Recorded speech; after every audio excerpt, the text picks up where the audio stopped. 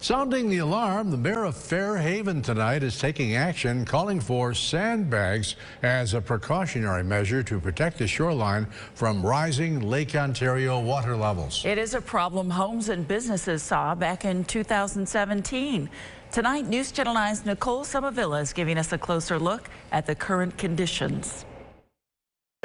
For those who live along Lake Ontario, property damage and flooding unfortunately comes with the territory. They put the plan in place and it's been nothing but trouble 3 years in a row. Fairhaven has been fighting rising lake levels, and Mayor James Basile blames it on the International Joint Commission's 2014 Lake Ontario-St. Lawrence River Plan. The IJC about a week ago reduced their water outflows at the Moses Saunders Dam by about 30%.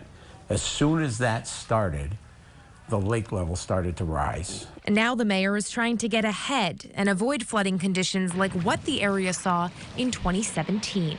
All of this is preventable. Now, the water level right now is about a foot higher than it should be this time of year. And according to the Army Corps of Engineers, within the next 30 days, it could rise 11 inches higher, which would put the water level above this dock. We're going to have one delivered here as soon as Monday, along with bags, and we're going to go pick up some sand.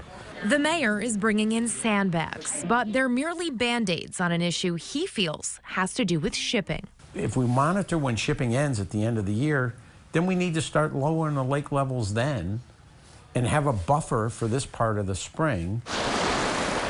While that's just one theory, the issue of flooding is real, and it's something Mayor Basile hopes the IJC will step up to help solve. In Fairhaven, Nicole Somavilla, News Channel 9. The mayor is working with Congressman John Katko and Senators Chuck Schumer and Kirsten Gillibrand to combat the flooding concerns. The sandbags should be ready by the middle of next week.